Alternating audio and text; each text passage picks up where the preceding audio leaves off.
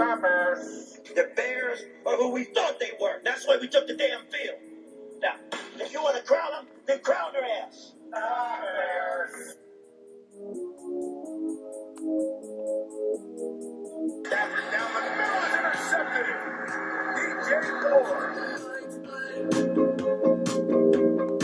Overthrows and intercepted for DJ Moore. Will I see you again?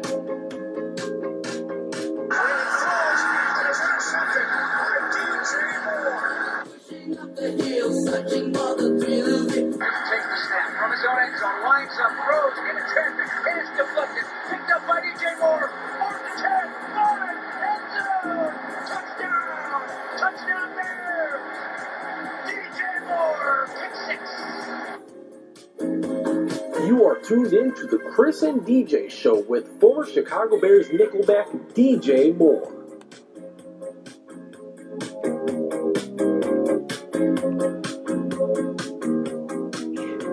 What's going on, everybody? Welcome back to another episode of the Chris and DJ Show. I, of course, am your host, Chris Shanafelt. He is former Chicago Bear himself, DJ Moore. DJ, how's everything going, man? Man, it's going good, man. So, obviously, we got a lot to get to. We haven't spoken since the Chiefs won the Super Bowl. They, of course, did it in dominating fashion. I mean, every game in the playoffs, they were down points, and then second half, they would make a miraculous comeback, and that was same song and dance for the Super Bowl itself as well, being down at halftime, and then coming out guns blazing in the second half, and ultimately hoisting the Lombardi Trophy. And, of course, we got the NFL Combine kicking off this week. But before we do that and get to that, DJ, we do have some news to talk about regarding the Chicago Bears. And that is late last week, the team decided to get rid of 2 players that have had quite a big impact on both sides of the football. One in wide receiver Taylor Gabriel, and then the other cornerback Prince Amukamara. Both moves were expected to happen, but now, of course, it's official. It frees up about $13.5 million in cap space. And, first things first, looking at the releasing of Taylor Gabriel, DJ, this past season, he suffered a couple concussions. He missed the final 7 games of the season. And now, while he's replaceable, there's no doubt that they're going to miss having that take the top off the defense type speed. He had a different level of speed to offer and bring to the wide receiver position. Again, I don't think it's irreplaceable. I don't think you can't replace it, but you're going to have to go out and address this at some point in the draft or in free agency, because looking at their wide receiver depth chart right now, they don't really have that wide receiver that can take the top off the defense as Taylor Gabriel was able to do. Me personally, I think people kind of discredit the amount of impact Gabriel was able to have year one with the Bears, and then obviously last year he suffered the concussions, missed the last 7 games of the season. But I mean, you look at an offense that you want the Bears to imitate, like Kansas City, where of course Matt Nagy came from. They're throwing the ball to Travis Kelce, a game changer at tight end. The Bears need to figure that out as well. But then their 3 or 4 wide receivers that they have on their depth chart, all of them can run 4.3 40-yard dashes. So while the Bears have decided to move on from Taylor Gabriel, DJ, I think it still creates another void for this offense to have to go out and target in the offseason. Well, I guess yeah and no. Because of the way they was using him. Yes, he is fast, but were we sending him deep just all the time? No, not really. It was a more so crossing routes and almost in a role that Tariq Cohen plays. Him and Tariq Cohen seem to be doing the same type of stuff. Even though I like Gabriel and I like especially what he did in Atlanta, and if I was him, that's where I would go. I would go to Kansas City. Had one of those years with just speed on speed. But when he leaves, it gives more of a chance for, is it Miller, correct? Yeah. Yes. Because I feel like Miller kind of got lost in the shuffle. And this may be one of those moves where it's like, you know what? Like, we need to really see what he can do. Because at times, it's just like, he looks really good out there. I mean, he makes a lot of plays. So I think it was just time to really just give Miller, give it Miller time. But um, so yeah, I don't know.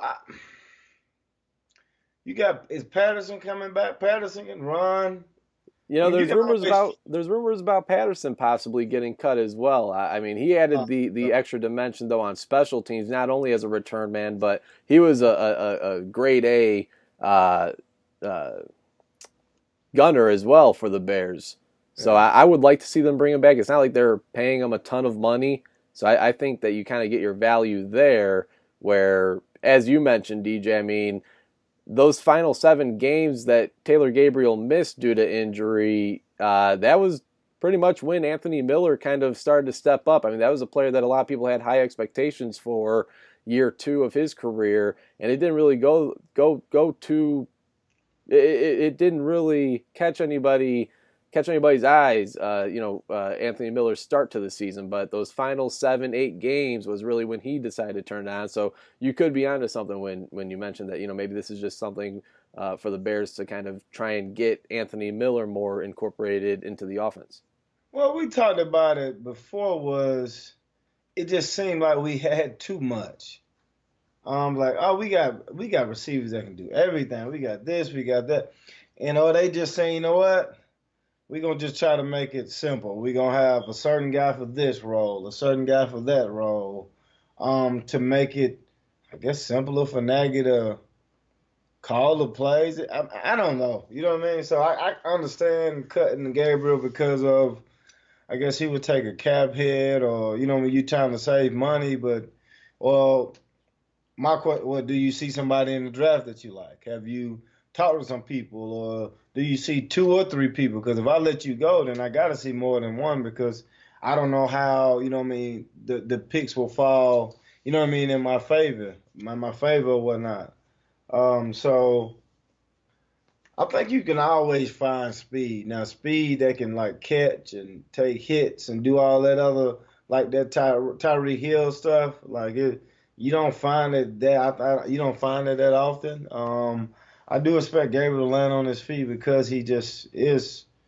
He's worked his way up, and he's one of them receivers. Like, you just, when you think in the NFL now, especially when you can't really do anything. You just want speed, man. So, um, you got to replace him with somebody. I don't know who. I guess Well, it'd be I guess.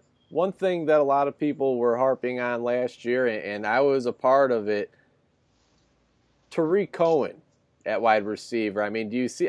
If they decide that, okay, we're going to go with David Montgomery to be the main back in this offense, they're going to decide to run the ball some more next season, because, of course, that was a weakness in the offense. What was not only the lack of play calling, the predictable play calling, but just the overall lack of running the football. And again, to start the year, you had the 3-headed monster that turned into the 2-headed monster very quickly, that turned into really a no running back offense, at least to start the year. If they decide to actually run the ball next year and decide to commit to David Montgomery, the guy that they drafted in the 3rd round last year of the NFL draft, if they actually decide to commit to the run game, and they see that Montgomery would be the better fit for this offense than Cohen, maybe they try and work Cohen in on that offense at wide receiver, maybe as a slot receiver. What do you think about that? I see you shaking your head. I know you weren't a big fan of it last year. You still haven't really opened up to it, huh, DJ? Yeah, well, you have a mismatched nightmare, man. Like, it just is what it is.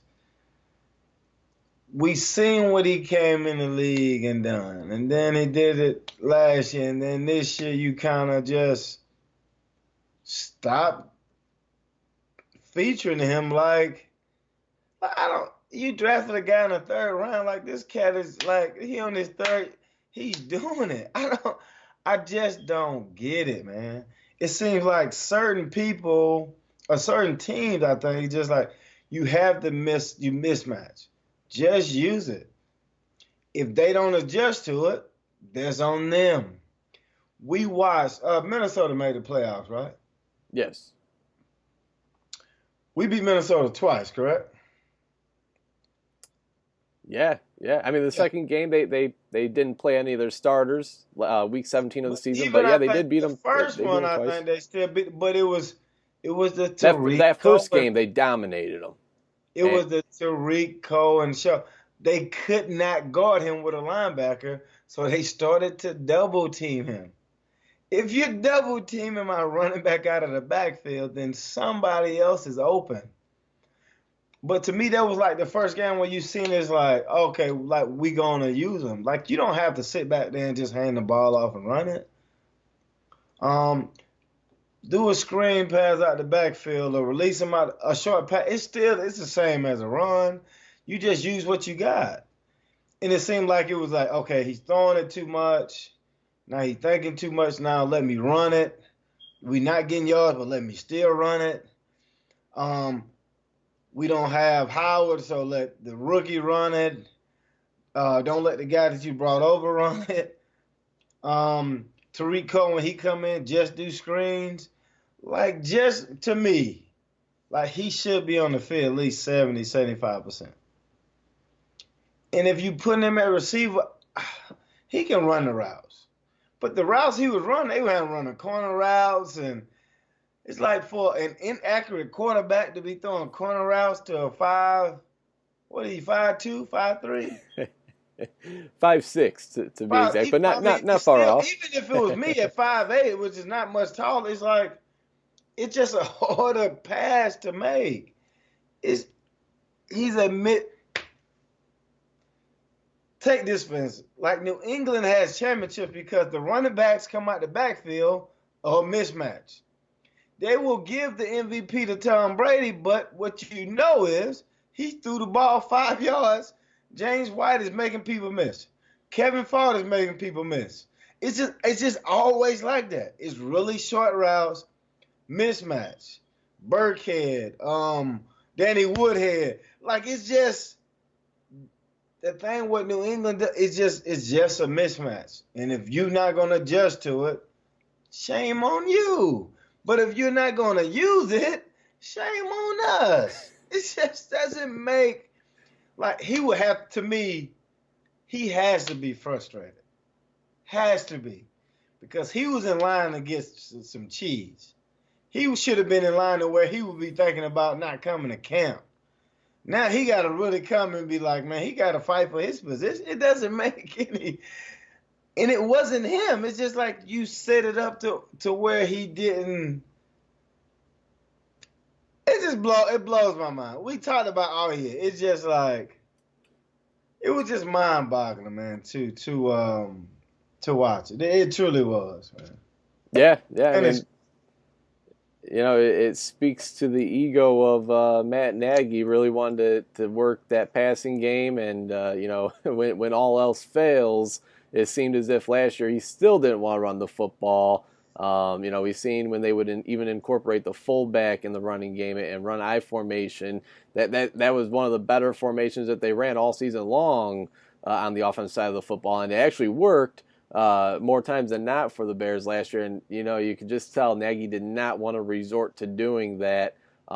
Speaking of speedy receivers, though, that they could possibly target in free agency. Some names include Robbie Anderson of the New York Jets. I don't think the Bears will intend to spend that amount of money on Robbie Anderson, but he's out there, as will some guys such as Tavon Austin, formerly of the Rams, and most formerly of the Dallas Cowboys, or Philip Dorsett, formerly of the New England Patriots. Some speedy guys there at wide receiver. Austin, of course, has turned into kind of a gadget player, seeing snaps at both wide receiver to start his career and more recently at running back with the Cowboys. So some notable names that could possibly be on the lookout there. And then, of course, you got the NFL draft. There's a Jalen Reagor of TCU, a smaller stature receiver, but he's expected to really impress this week at the NFL Combine with his 40-yard dash, and supposed to have a pretty good vertical leap on him as well. So that's a name that we could look out for as well. There's some that are saying that he could be a round 1 guy, though. Bears, of course, don't pick until pick number 43 and 50 in the second round. They have 2 second-round picks. But, again, we're talking about the Bears releasing a couple of key veterans of the team to open up some cap space, $13.5 million. Opened up DJ. They released Taylor Gabriel, and, of course, they released cornerback Prince Amukamara. For Amukamara, Chicago was pretty much where he revitalized his career at. He was a pretty good football player, I would say, here with the Bears. Struggled a little bit last season. It was a up and down year for him. But overall, I think he had a pretty solid year. I wouldn't say he was looked at as a bust early on in his career with the New York Giants, but he certainly didn't live up to the expectations of being a first-round draft pick coming out of Nebraska. And so the Bears decided to give him a shot, and he turned out to have a 3-year career here. He, of course, was a part of that run in 2018 where they made the playoffs, won the NFC North, and that was really his best year with the Bears. DJ, I'm not sure if you're familiar with it or not, but 2-3 weeks ago, the Bears actually made a splash free agent signing in Trey Roberson, a CFL All-Star who reeled in 10 interceptions over the past 2 years, 7 this past season, and was a key reason why Calgary won the CFL Grey Cup. Bears actually rewarded Roberson with the richest CFL to NFL contract since Cam Wake signed with the Dolphins back in 2009. So he has a chance to take over where Amukamara left off at, playing opposite side of Kyle Fuller. And DJ, just going back to your playing days, you've played on some teams here in Chicago where 2 mainstays were on the outside at cornerback in Peanut Tillman and Tim Jennings. You can't just throw anybody on an island by themselves. How important is it for the Bears to figure out who they want to play opposite side of Fuller by the time training camp or preseason rolls around? To be honest, most of the time you're not going to be out there by yourself, especially with the defense that we're playing. It's going to be like more of a zone-based defense, probably like a cover 2 foundation, especially with, what's the defense coordinator name again? Chuck Pagano. Yeah, so he's more of a cover 2 guy. But really, it's more zone than it is man. Now, if it's third and short, it's more man. But I'm assuming the guy coming from the CFA, if you have that many interceptions, you probably play zone a lot because you can read the quarterback, read the ball. So if he sees the ball well, he may make a lot of plays. Now, what's good is like when you see the ball, you make plays, but also if we're not getting pressure, you be like Fuller sometimes, you be feast or famine. It's like, I got it. Oh, now they got me. So, and sometimes this is how it is. So you got to take your chances. I think my big thing is not because the young guy, he can play, man. Hey, listen, I'm proud of you. You can go from there to over here and do what you did and get a contract. That's awesome. But it's gonna have to be up front, man. It's going to have to be like Floyd. Like, what do you do with Floyd? Do you go defense? Do you draft another defensive end or somebody who can be opposite of Mac? Because right now he's just by himself. And if the interior gets hurt again, then people can kind of lean on him. We're not having to worry about the other side, man. It's just, I think the defense as a whole is going to struggle. I think people start to realize, because in your first year with the defense, it's like, I don't know what to do with this Khalil Mack cat. Like, he's just everywhere. And then after a year of like studying, you realize, like, okay, this is what we got to do, because we're going to have to just rely on, hey, just make sure we take him out of the game. And if we take him out of the game, everything else, kind of opens up. Now that also with the injury of, was 96? Akeem Hicks. Yes, that was big. So do you get somebody to back him up? Because of, like, you seen how important he was. So it could be a lot of things mixing up. But you just got, I think on the outside, you just got to understand the concept. Understand, okay, this is what Chuck want. He want us to do this, and this. Play with a guy, Josh Norman, same way.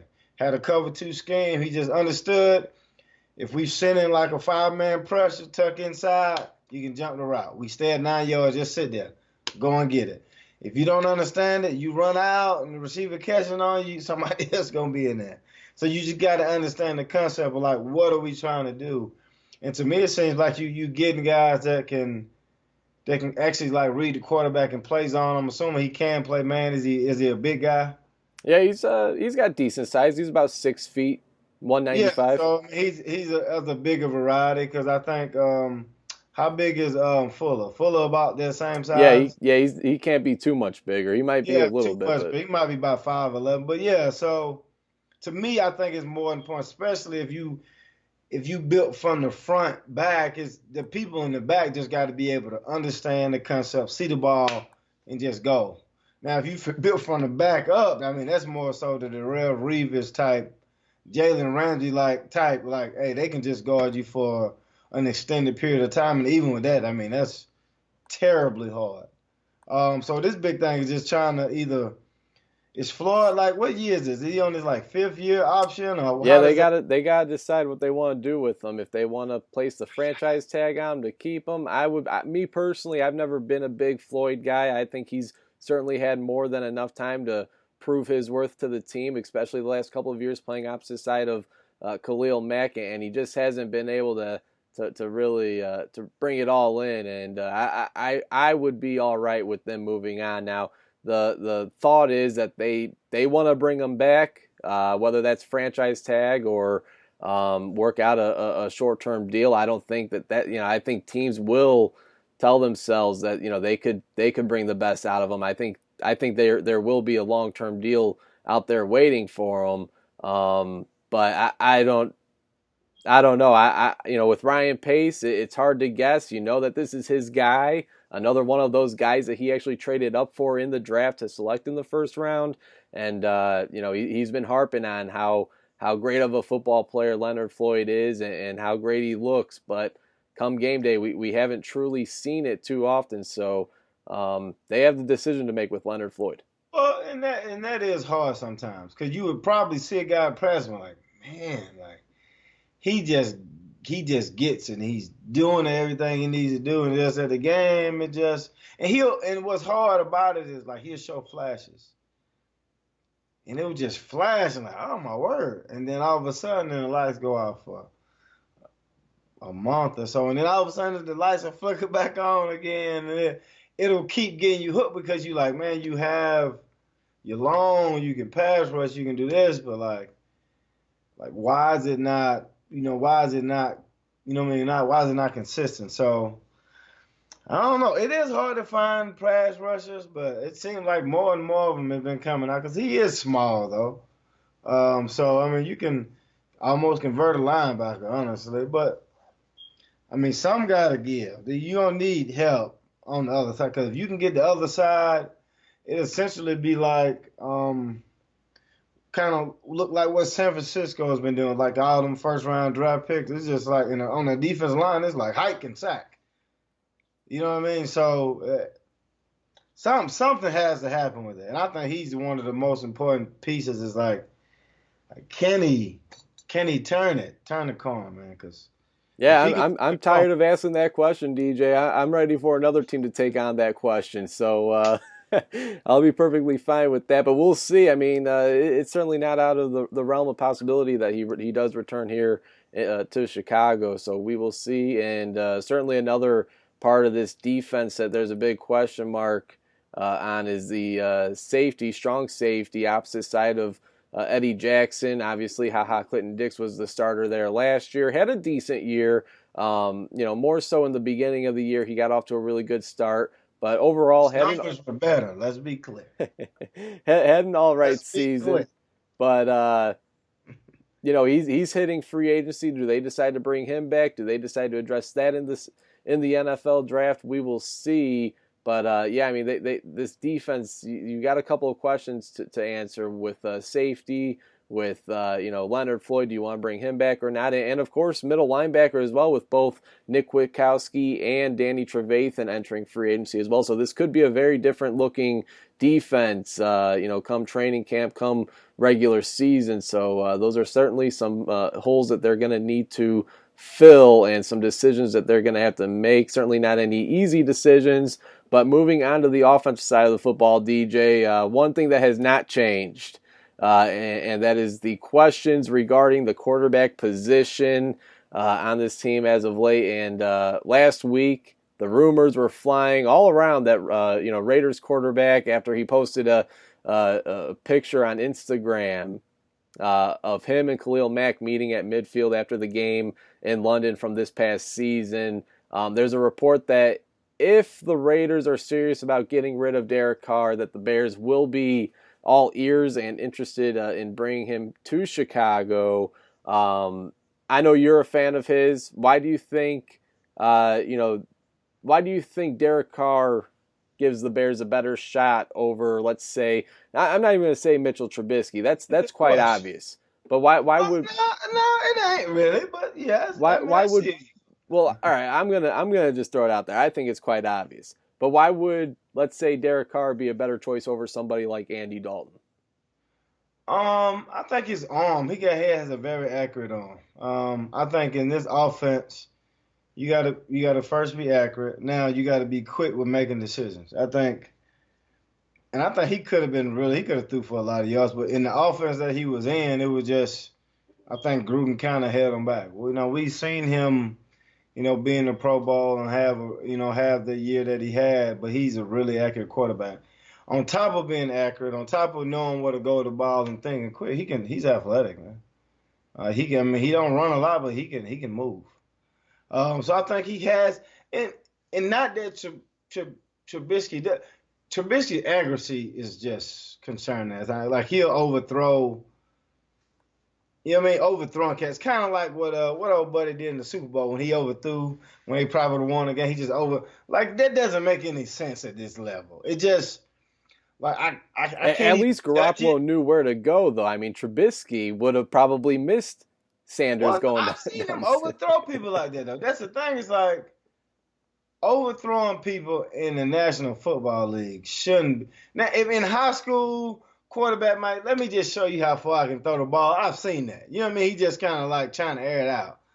But in the National Football League, it shouldn't be too many overthrows. It just shouldn't be. As fast as guys are, as much as you practice these plays and do this stuff, it's like you shouldn't have it. So I just seen him carve our defense up. Go down on the last second drive, and make it happen. When we know you got to throw the ball. Now, has he struggled at times? But then again, I don't know if he's struggling because it's him, because it seems like the coach want him to struggle. They got a weird dynamic, man. It's just like, I want to get rid of you, but man, I realize you can actually like play. So I think if there's an opportunity, I think you would have to jump on it. And I think if you bring him in, you got to kind of trade Trubisky away. To me, if he comes in, there's no competition. Now, if Andy Dalton comes in, let him have that. Because he ain't played good for a little second now. But so the Bears did hire Bill Lazor. Huh? The new offensive coordinator that they brought in, Bill Lazor, was, of course, Andy Dalton's coordinator in Cincinnati when they went through those 5 straight playoff seasons. Yeah, so let me throw this at you, DJ. So this was a conversation me and one of my buddies were having a couple days ago. He presented this idea. All right, do you want Derek Carr for, let's say, a 2nd or 3rd round pick, or would you prefer to have Andy Dalton for a 5th, 6th round draft pick? I would go the Andy Dalton route, especially with the lack of draft currency that the Bears currently have. Obviously, that's the most important position that for the football team, and it's the most important position for the Chicago Bears right now, because it seems like if they get that position settled, that they're going to be in very good shape. And I think they don't really need anybody above an Andy Dalton standard to make a run in the playoffs. And I mean, we've seen what Tennessee was able to do last year with a solid running game and average at best quarterback in Ryan Tannehill. So I think Andy Dalton is certainly more than capable, the way the Bears are built right now, to kind of have a similar season. Well, technically, we're not built to run it. We're not. No, but defensive Okay. wise, and then the weapons that you still have at wide receiver, Allen Robinson, I think had a magnificent season. How he was left off the Pro Bowl, I know that's not a big deal nowadays, but seemed like something he was really aiming to do, and I thought he certainly had a Pro Bowl year. I think you still have great depth at wide receiver, with Robinson, with Anthony Miller. Probably add another person in free agency or the NFL draft, and the offensive line took a big jump back. You're still looking for something at the tight end position. That's something I would spend one of those first, second round picks on. This is a tight end heavy draft, I feel like, at the top. So I think you have a chance to turn things around if they play their cards correctly. Well, you got to first realize, like, how much is a quarterback worth? Like, how much would you give to somebody who you would think be your franchise quarterback? And me personally, I give him everything, man. If you can name what draft picks that the Bears have had that have been just all world successful. You can go back like the Urlachers and those type of guys, but when you look at it, draft picks is just draft picks. You're gonna make your money really in like just kind of finding different guys to come into your team. You get the Khalil Mack, you pay for him, he kind of changed the culture. Now you have guys who get drafted and they'll play, but really, man, it's I don't know. Like, if you can name the draft picks that really didn't change, like made that big of a change, or even when I was there, like it wasn't a quarterback that was drafted. It was you made a splash. There's a Cutler come over. Now you may go 8-0 and then lose 8 straight, but you have somebody coming from somewhere else. You have a Peppers come in. You know what I mean? So you have players come. Now you'll have a Matt Forte. You'll have Urlacher. You'll have Devin Hill. You'll have those type of guys. But you also, this year, GM job to kind of piece some puzzles together. And listen, if I can get a quarterback that's better than the other guy for a third round pick, second round pick, first. Listen, if I can get a quarterback that's going to be my guy, I'll give you a first round pick because I would have drafted you in the first round anyway. And that's how I see it. Like, if you tell me I can get Mahomes, let me get him. Kansas City saw it. Like, you got a quarterback that's doing good. You know what? It don't even matter. Like, this is the guy. And to me, even though I think Carr's not up there with Pat Mahomes as a but I'm telling you, if he was in Andy Reid's offense, I'm telling you, he wouldn't look bad at all. He wouldn't be off because Andy Reid figures out a way to make all his from Kevin Cobb. I don't even know what Kevin Cobb at. From Kevin, all kind of cats. You know what I mean? Making it happen. And to be honest with you, it wasn't even really the offense. It was more so the defense maturing and kind of turning things around. It's kind of really what turned it around because the offense only played good for probably 9 minutes. Right. Yeah. You know what I mean? So, because if they would have lost, they would have been like, man, Andy Reid, what you doing? But since they won, they'd be like, Andy Reid, you doing awesome. So if I can get Carr, I get him. Especially if you believe in him to that point, which I like him. But I mean, everything is kind of up for debate. Is Andy Dalton a good quarterback? He's shown at times. But has he? I don't know. It's almost in a sense of like a kind of like the Phillip Rivers thing. Like, has he earned that or whatever? That, like, where I'm struggling, but I'll be fine type deal. Because even I don't think Phillip Rivers, at some point, you got to wear out your welcome. But when you're a good quarterback, like, why are my teams not doing good then? You know what I mean? Like, why are we just not making stuff? Because them teams were built to win.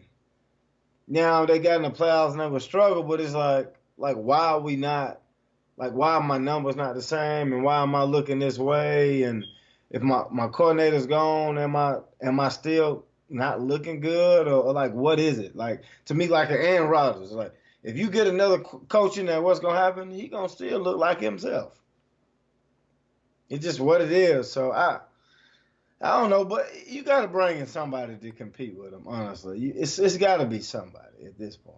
And it's got to be somebody more impressive than a Case Keenum, in my opinion. It needs to be somebody that comes in and Trubisky knows, all right, there's a legit chance that this guy can beat me out for the starting job. I don't think Case Keenum does that here in Chicago, DJ. Case Keenum is weird. He can't. He don't supposed to start because it don't work that way for him. But as long as he don't start the season a starter, he may blow your mind because he may be one of those that'll push you. He'll push you, but not per se threaten your job like before this. Does that make sense? Like, because wherever he goes, he's gonna push you. Almost like fixed magic. It's like if you come out the game, you ain't going back in the rest of this game. Not this one. You may go in next week, but this week he about to light it up. So it may be the pressure he need because of an Andy Dalton or somebody of that stature that's a little more proven. It may shake him to his boots, man. And if that happens, ain't no telling how he responds to it. Because last year he didn't respond to pressure well. Coach yelling at you and people looking at you and people booing. Listen, I'm telling you what, he had some sleepless nights. Let's be clear. I mean, that was a lot of pressure. And like every time you turn on the TV, is Bears would be awesome, but quarterback suck. But like it was on every channel. Like, yep. Like it, I mean, that's a lot to take, and then going into the season, have to hear that in the off season, and now you gotta. It's the conversation is like we know you ain't good enough, but is he good enough to move you? Type deal. Like, oh, that's a lot of pressure, man. And then you got the fact that Deshaun Watson and Patrick Mahomes are doing what they're doing. Mahomes goes out, leads his team to the Super Bowl, wins it all. So, yeah, I mean, a lot of pressure, no doubt about it, but that's what's going to come. Of the young core, everybody, it seems like everybody is making it happen. It's just... Yeah. I don't know. It's what comes with wearing the navy blue and orange, DJ. I mean, we just cannot get the quarterback position right here in Chicago. It's weird, man. It's like you throw the ball, they miss it. You don't throw it, you get sacked. They didn't block. Like, it was a lot. And you're going to put it on his shoulder, but to me, the offensive line was probably one of the biggest disappointments, to be honest with you. Yeah, I mean, and especially with the fact that this is a unit that's locked up under contract for quite a while. I mean, during training camp, they extended Bobby Massey. Believe right at the tail end of last season, they extended Cody Whitehair.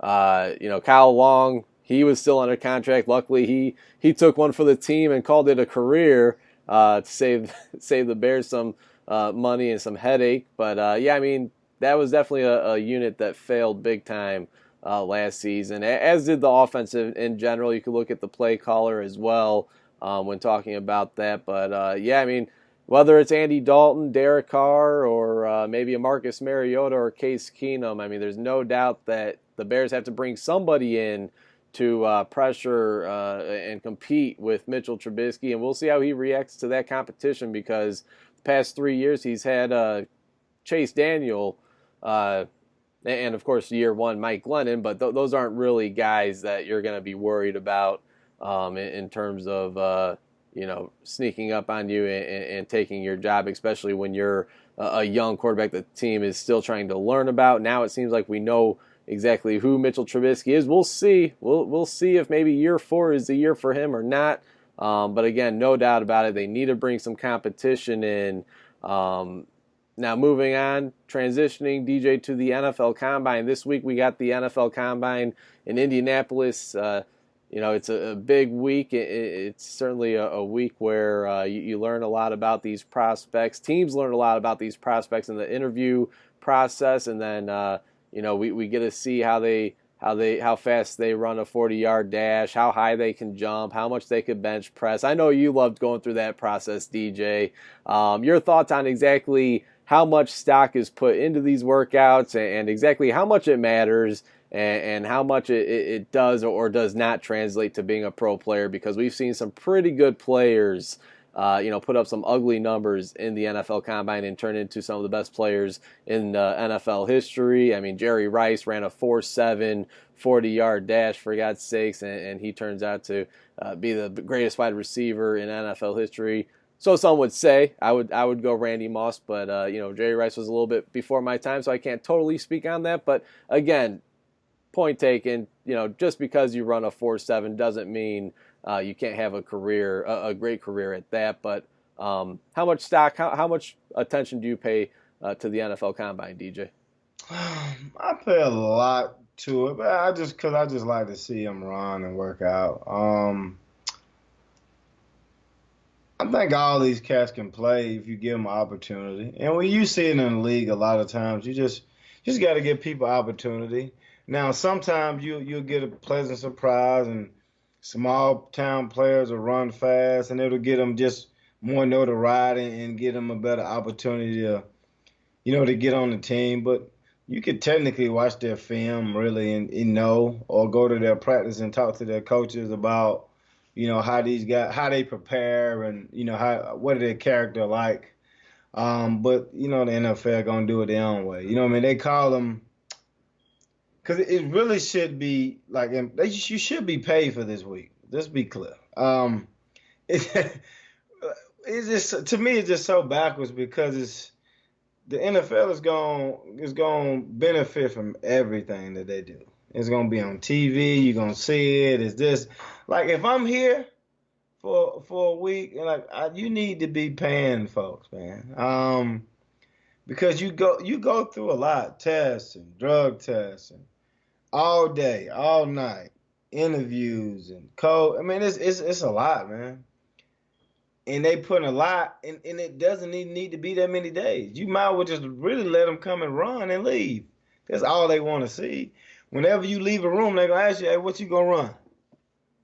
What you going to run? What you going to run? Now, if you're a DB, you need to run a little bit faster, because they're going to think, well, you can't play. Well, we know you can, because Aeneas Williams didn't run all that fast, and he was a Hall of Fame. You know what I mean? We've seen people who run so, but they're going to hang their hat on, hey, your coach, or it's almost kind of like them saying, well, your coach wasn't good enough. So if you fast, I can make you better type thing. Like, coaching ain't that. Come on, man. So I think teams do take a lot out of, especially the 40-yard dash, because you see it every year. Those guys that are the workout warriors, they fly up the board now. Now, will they come in the league and contribute? Some of them do, some of them don't. I think even with the draft, you see a lot of time third and fourth round players are normally, to me, better than anybody else, because it's more so it's like who can actually play now. We got out the first and second round who can run and jump, but now who can actually play? And to me, it seems like the later round pick always kind of pan out, because they're more so just these cats play and they know, you know what I mean? They know the game. They just not just here, they ran track in high school and they can fly.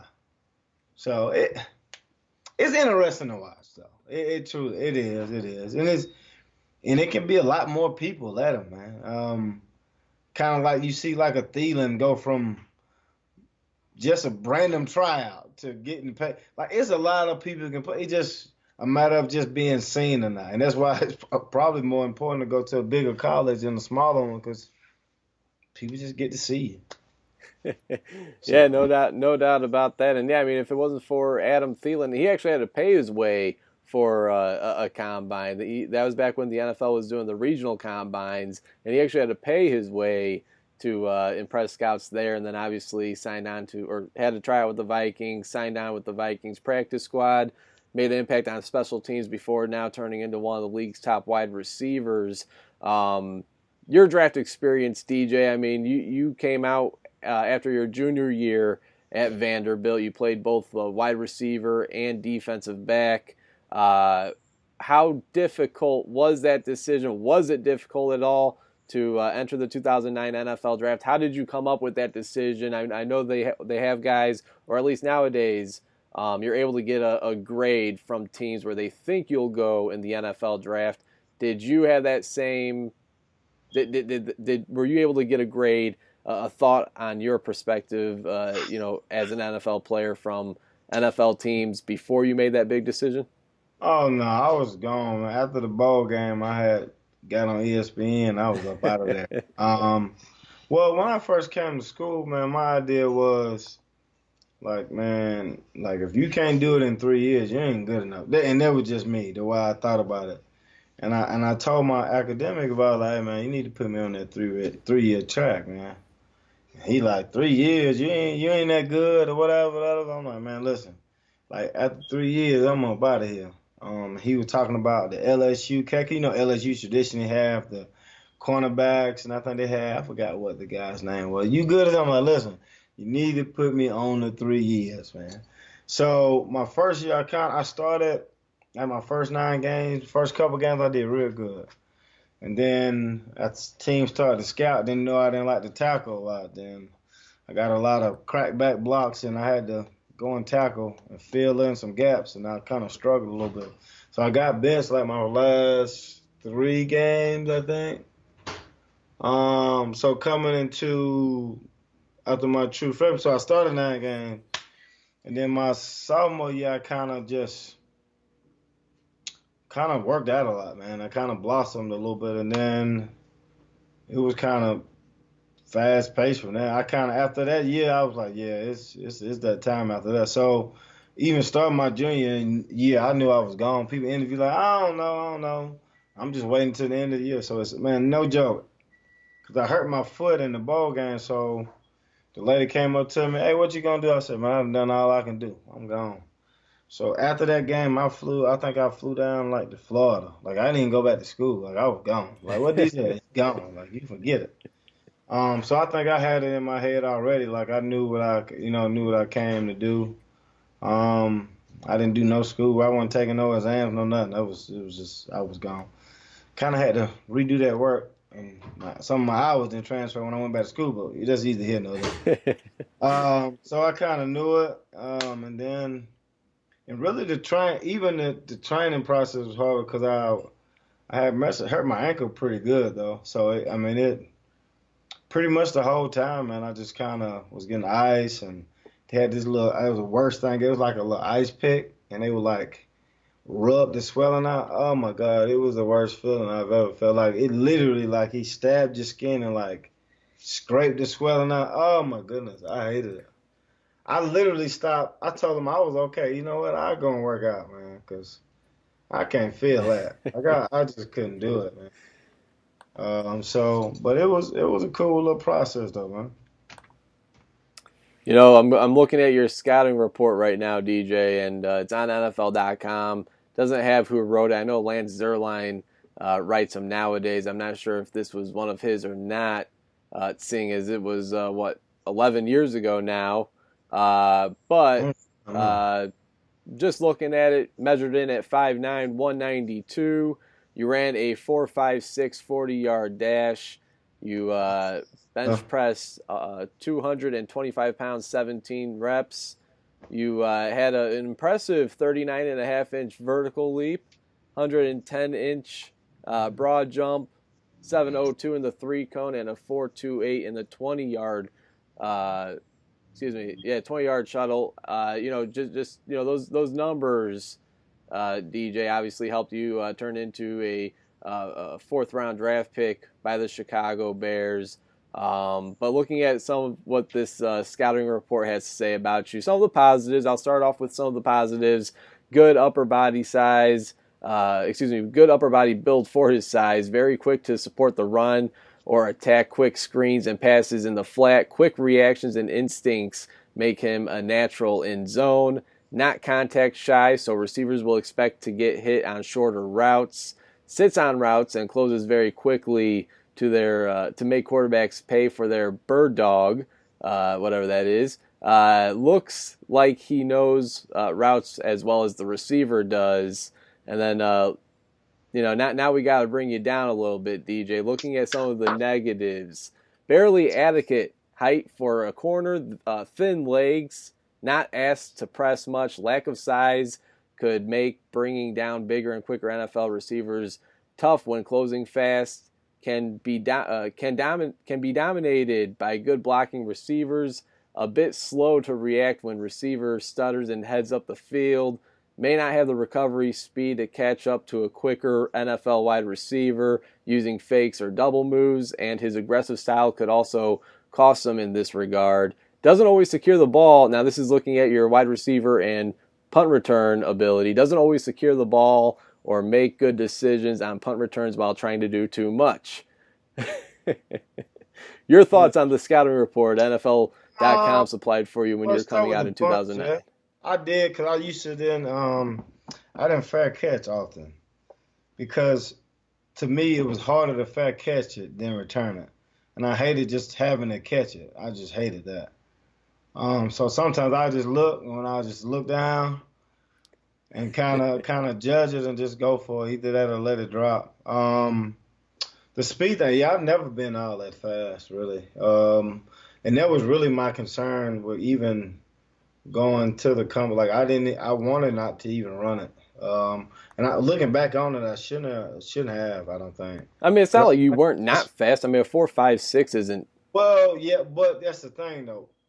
I'm 5'9", you know what I mean? Right, So right. They gonna look at it a certain way, you know what I mean? So my instincts, I'll be fine with covering you, but how they look at it is, this person runs faster than you do, so therefore he's gonna run past you. Does that happen often? No, because for the most part, the receivers are normally a little bit faster than the DBs anyway. From how they kind of shaping the offenses up now. But zone, I was a zone guy. Didn't like playing man, because I never had been like in college. We didn't play. We played off on everything. We never played like press. But if you get me in zone, I got instincts out this world. So it's pretty. I guess it's accurate. Even the good stuff. Some of it was like, I ain't really trying to tackle people. And a lot of times when the receiver is blocking in man, it's harder to get off because they can fake you out. They can run a route and then grab you. And then once you're trying to get out of the block, do you see where the ball is at? Now, if it's in zone, I'm always see the ball. That's why I say it's quick to react. So it kind of contradicts itself. It's like, oh, you can't get off blocks, but you quick to come and support. Like, well, how did I get there then? Well, because it's in a zone, you can get there. So it's they cover their bases both ways. So if you do good, they like I told you. If you do bad, like I told you twice. So it's but I knew, because when I was at the combine, I was like, okay, I'm doing good. All I knew I could jump. I always been able to jump. So I can jump. Because really, if I would have jumped again, I probably got a 40-something. They only let you jump twice. I thought we can do it 3 times. So normally I do it once just to jump to move stuff out the way. Second time I'll jump, and then the third time I'll just, try to max it out. But I'm like, oh, I'm like, oh, that's it? I'm like, oh, my bad. Because the guy was like, well, how you playing? I'm like, well, I always just jump one time and move it out the way. So I'm doing that. The bench press was fine. I'm sitting there like, yeah. And then the guy that was walking us around, he like, man, you killing it, man. I'm like, yeah, I know. But I just know I got to run. Like, I've never been like fast. You on your college team, you just know. I look like I move really fast while I'm out there, but just running by myself, it ain't go. You know what I mean? It was just like. Did you have an idea what you were going to run? When you were preparing for the combine, were you testing? I have never ran faster than a 4.5, like ever. So I knew that what it was. Now we ran. One day I think I ran a little fat, but we was on like the track or something like that, I think. But I knew I did. But now I probably should have warmed up a little bit more too, though. I was kind of so nervous that I was just kind of sat around. And I think my second time may have ran fast, but I actually like slowed down before I got to the line, which I don't know. But I was just terrified of just running, because I just knew like that's how they see you. Like, man, like I can play, so. Like, why don't you take that? Like, I've played against all of the best cats. Like I'm the best coming out of my conference, and this is the best conference in football. So, like, I don't really see the you know what I mean, see the issue. So even going through the draft, it was frustrating, man. Like, I got called at 42. It was Denver, it was me and Fungo Smith. He was kind of the same bill, same type of cat, like real good zone coverage and stuff. Like just real anticipate everything. It wasn't me. All right. Third round, same thing. With Minnesota, it was me and Asher Allen. Same thing. Same type bill. He played a little more man real. Like, he was really, really aggressive. Probably more like an Antoine Winfield type cat. Real, real aggressive. Got him. And then the Bears came around. At that point, I was just upset, man. Like, I just can't explain it. Like, I was just, you know what I mean? Like, not only am I getting moved down, I was like 13th corner taken. And overall, I think coming out, I was like the number 3 corner overall. I mean, I'm like a first team All-American. Like, I've done this. Like, come on, man. People calling me like, man, what happened to you? Like, I don't know, man. I ain't hurt, I don't think. So it was the most it was frustrating. That in free agency was kind of frustrating too, but it was for sure hurt my feelings deep though. So Now, in past conversations, would you say that frustration carried over to your rookie season? Or I know you didn't see the field too much that rookie year. I know that really pissed you off. What went into those decisions? Why did Lovey not decide to suit you up as often your rookie year? Well, it was me. I had to grow up a little bit, well, a lot probably.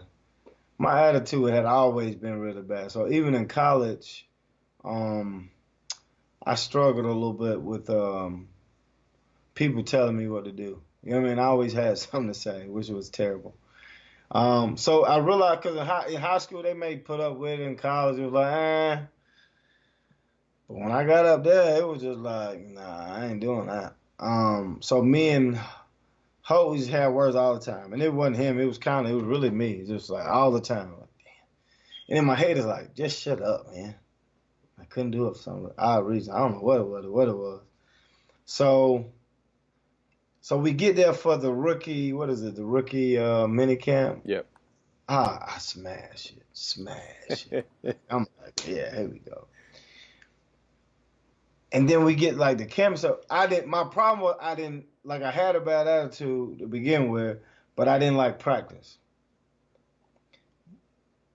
So I would struggle at practice, but whenever we scrimmage, I wouldn't. So if you get me in the game, like, I'm gonna do good. Even my rookie year for the what is that thing called? Preseason. Like, I did real good. Like, I was fine.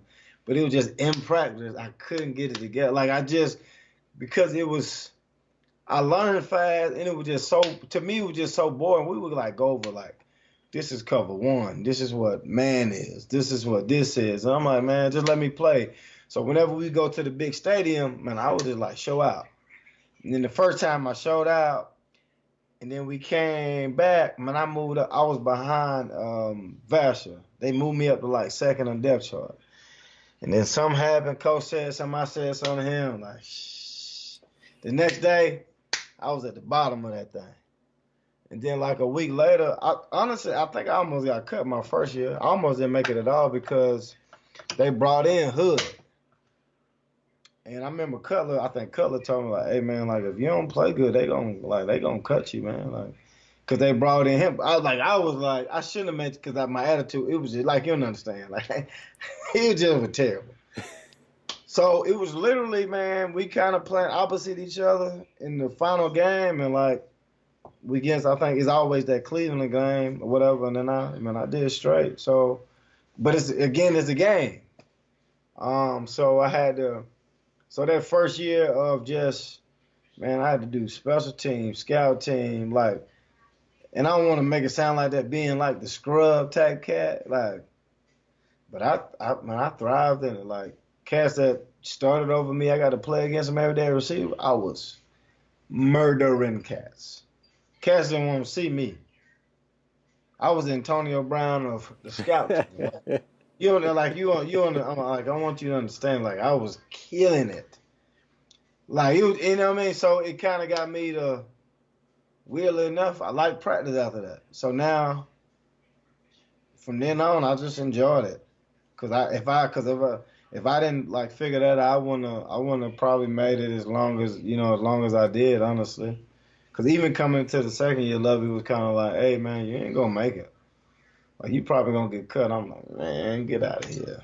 He like, "No, like I'm serious." I'm like, "Ooh, okay." Like, yeah, get out. I laugh anyway. Yeah. So, and then me and Corey Graham had that whole battle, and man, that's an everyday thing. When they like, it's one of y'all. So, it's a good times, man. Good times. Yeah, yeah. And then obviously you went on to have a pretty stellar career with the Chicago Bears and make a lot of memories here in the Windy City. One last thing, and then we'll wrap the show up, DJ. But back to the combine and back to your draft process in general. Before you were drafted in the fourth round by the Bears, what was the whole team interview process like for you? I mean, we hear stories all the time. This team, this general manager asked me this weird question. Did you have any off the wall questions thrown your way? Anything that kind of had you take a second look at the guy? No, everybody was a little bit different. So when you get there, they'll give you a card, and they'll have like your scheduled times on it. If you don't have a scheduled time, I think you go into a big room and they'll like split you. So, man, I had about 13, 14 teams on the card, so I had a lot of them. So I'm going into different rooms. I went in, and even what was surprising when I went into, I think Philly, I seen Andy Reid. He was bigger than I thought he was. You know what I mean? Like he was like really big. Like not only just big, but like tall too. I'm like, oh, Right. like big dude. Oh, okay. In my head, he just was chubby and short. I don't know. It just made sense to Oh, me. there's videos of him. Not to get too off track, but I gotta tell you, there's videos of him back to his middle school days in a kicking competition, and he is huge. I mean, you would think it's a grown up amongst kids in this competition. I mean, it's hilarious. So that I think the Colts had one where it was just you and a lady in the room, and she was like asking you. I don't know if you ever took the Walmart application test. It's kind of like just generic questions. It's just like, huh, what is this about? Um, the probably the most interesting one was maybe the Ravens. They would sit you in a seat that's really low, and then cats were just yelling at you. Like, what you gonna do when Braylon that was da da da da da da 6'5" da da da do this do that? Like, man, like I can play, big fella. You ain't gotta worry about that. Like, no joke, just kind of. And then at the end, they're just like laughing. I know you can play. Here go a t-shirt. Here go a hat. What your 40 time gonna be? Um, I remember going into I remember the Chicago when I was joking with Lovey about looking like Barry Bonds. He had his guns out, bald head and stuff. And then I think Tampa Bay, it was Raheem Morris. He was funny. He was a funny dude. To be honest, he said some funny. He just was funny. So everybody kind of had their own style, kind of feeling you out, but it was really kind of laid back. Someone may come at you hard, and then at the end you get a T-shirt and you get a hat. And of course, the Bears ended up drafting you 119th overall. A little later than you expected, but better late than never after your stellar All-American, two-time first-team All-SEC career at Vanderbilt. All right, DJ, before we wrap the show up, something I do around this time of the year, I interview draft prospects from big-time FBS programs to small Division III programs. So we talk about their journey, how they're preparing for their pro day, for the combine, for the NFL draft. As somebody that's been there, done that before, DJ, can you just give any advice to any players that are preparing for the NFL draft, that are preparing for the combine this week or their pro day later on next month? I mean, again, as somebody that has had a successful NFL career such as yourself, that has gone through this process and was viewed as a pretty big-time prospect back in 2009, I mean, what advice would you have to offer to guys that are trying to make it to where ultimately you were at one point? Well, I think the big thing is if they pick you or if they don't let that define like who you are. And especially for the guys that don't get drafted, because there's a lot of guys who won't. For the guys, especially for the guys who won't, it may be a time, it may be a year from now, it may be 2 years from now, it may be never. But don't let that define you in terms of saying that like you're not good enough, because man, they don't know. I mean, they just really don't. They're just guessing. I've seen, we had a guy down here that didn't get drafted, was really good, played at Troy, and it hurt your feelings to kind of watch it. Even though I was talking about not getting drafted earlier, like to see somebody's dreams kind of get dashed like that. But just letting them know, like it's more than football. And honestly, it may have been a blessing, man, because you probably live a little bit longer. Even if you do get drafted, don't go in there looking, or you're a free agent signing, don't go in there looking at the depth chart, because that's everybody do. Like, well, we got 3 receivers, we gonna keep these many. Just work hard, because it'll make you worry so much that you won't be able to perform. So just work hard, man, and the rest will take care of itself. And no matter what happens, just keep working hard. Well said, well said. Hey, DJ, as always, great stuff. Thanks, everybody, for tuning in. Chris and DJ Show. You guys could, of course, find us on YouTube and as well as Periscope and iTunes and Spotify, anywhere where you can check out podcasts, Google Podcasts as well. So, as always, good stuff, DJ. Always a pleasure. Appreciate you taking the time. As always, you guys can follow DJ on Twitter at DJMore30. I'm at Chris Shanafelt. Both of those Twitter tags are here on the screen at the bottom, as you can see here. DJ, any final words before we sign off? None. If you want some Girl Scout cookies, holla at your boy. My daughter's selling them off the rocks right now. There you go. Any Girl Scout cookie sales, hit up at DJMore30 on Twitter, and he will be sure to send them your way. Thanks for tuning in, everybody, and until next time, take care.